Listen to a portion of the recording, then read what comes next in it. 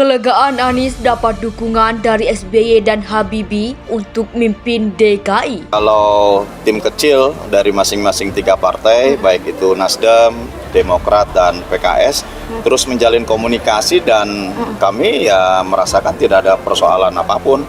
Ini tinggal bagaimana memantapkan menuju kepada betul-betul koalisi perubahan. Yang 20% PT ini, ya deklarasi, karena kalau kan banyak yang menanyakan kenapa nggak bikin kayak Nasdem lakukan, kenapa ini hanya rilis. Nah, menurut kami deklarasi yang paling penting adalah deklarasi 20% dan kemudian itu kemudian diglorifikasikan oleh rakyat. Di tengah perjalanan, di ujung pertarungan, dia akan melihat kira-kira siapa yang akan memenangkan pertarungan. Itu yang kemudian akan merapat, bisa menjelaskan kepada siapa para pemodal ini jadi akan bertarung.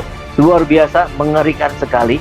Ada upaya-upaya pemufakatan jahat untuk mengkriminalisasi Anies Baswedan sebelum dia dicapreskan oleh partai politik.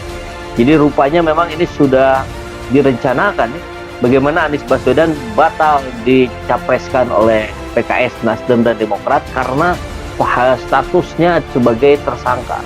Kalau ini benar kejadian begitu, maka ini sebuah bencana demokrasi di negeri kita. Jadi kita lihat bagaimana respon dari partai-partai politik, PKS, Demokrat, Nasdem terutama, karena kita dengar juga selain itu ada PAN dan P3 yang memiliki potensi merapat ke Anies Baswedan.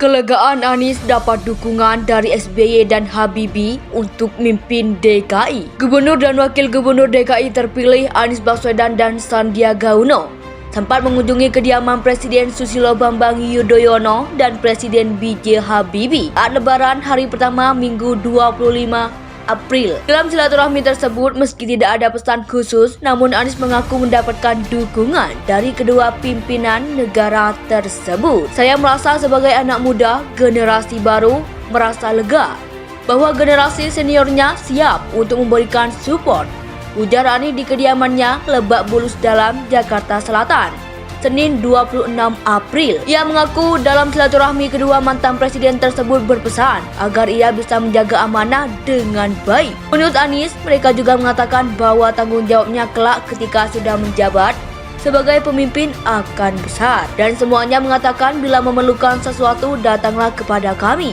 Kami siap membantu. Kami siap mendukung, baik itu Pak Habibie, baik itu Pak SBY maupun yang lain, tambahnya. Pilpres kita tidak ditentukan oleh rakyat Indonesia, tetapi lebih banyak ditentukan elit politik. Salah satu gerakan elit politik hari ini adalah kunjung mengunjung, yaitu AHY kunjungi Surya Paloh, lalu SBY dikunjungi oleh JK. Pertanyaannya adalah kemana arah politiknya? Nah, yang jelas arah politiknya tentu ke Anies Baswedan.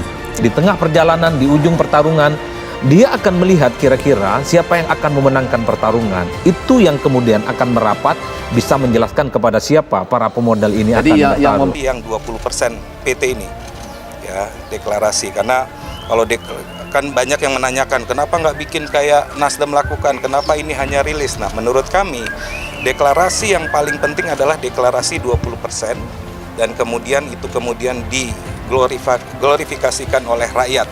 Luar biasa, mengerikan sekali. Ada upaya-upaya pemufakatan jahat untuk mengkriminalisasi Anies Baswedan sebelum dia dicapreskan oleh partai politik. Jadi rupanya memang ini sudah direncanakan ya, bagaimana Anies Baswedan batal dicapreskan oleh PKS, Nasdem, dan Demokrat karena statusnya sebagai tersangka. Kalau ini benar kejadian begitu, maka ini sebuah bencana demokrasi di negeri kita. Jadi kita lihat bagaimana respon dari partai-partai politik, PKS, Demokrat, Nasdem terutama, karena kita dengar juga selain itu ada PAN dan P3 yang memiliki potensi merapat ke Anies Baswedan. Kalau tim kecil dari masing-masing tiga partai, baik itu Nasdem, Demokrat, dan PKS, terus menjalin komunikasi dan kami ya merasakan tidak ada persoalan apapun. Ini tinggal bagaimana memantapkan menuju kepada betul-betul koalisi perubahan.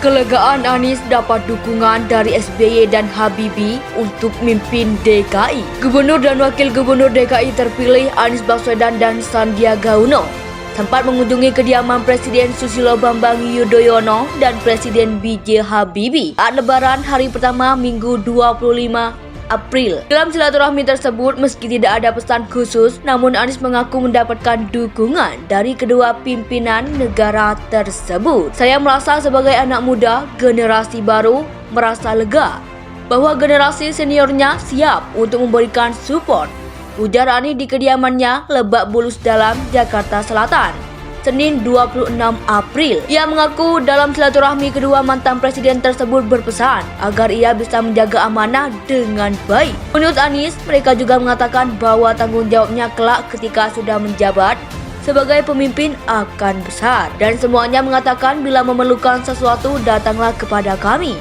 Kami siap membantu. Kami siap mendukung, baik itu Pak Habibie, baik itu Pak SBY maupun yang lain, tambahnya. Di tengah perjalanan di ujung pertarungan, dia akan melihat kira-kira siapa yang akan memenangkan pertarungan. Itu yang kemudian akan merapat, bisa menjelaskan kepada siapa para pemodal ini akan bertarung. Pilpres kita tidak ditentukan oleh rakyat Indonesia, tetapi lebih banyak ditentukan elit politik. Salah satu gerakan elit politik hari ini adalah kunjung mengunjung, yaitu AHY kunjungi Surya Paloh, lalu SBY dikunjungi oleh JK. Pertanyaannya adalah kemana arah politiknya? Nah, yang jelas arah politiknya tentu ke Anies Baswedan. Yang 20% PT ini, ya, deklarasi. Karena kalau kan banyak yang menanyakan kenapa nggak bikin kayak Nasdem lakukan, kenapa ini hanya rilis. Nah, menurut kami deklarasi yang paling penting adalah deklarasi 20% dan kemudian itu kemudian diglorifikasikan oleh rakyat. Luar biasa, mengerikan sekali. Ada upaya-upaya pemufakatan jahat untuk mengkriminalisasi Anies Baswedan sebelum dia dicapreskan oleh partai politik. Jadi rupanya memang ini sudah direncanakan ya, bagaimana Anies Baswedan batal dicapreskan oleh PKS, Nasdem, dan Demokrat karena statusnya sebagai tersangka. Kalau ini benar kejadian begitu, maka ini sebuah bencana demokrasi di negeri kita. Jadi kita lihat bagaimana respon dari partai-partai politik, PKS, Demokrat, Nasdem terutama, karena kita dengar juga selain itu ada PAN dan P3 yang memiliki potensi merapat ke Anies Baswedan.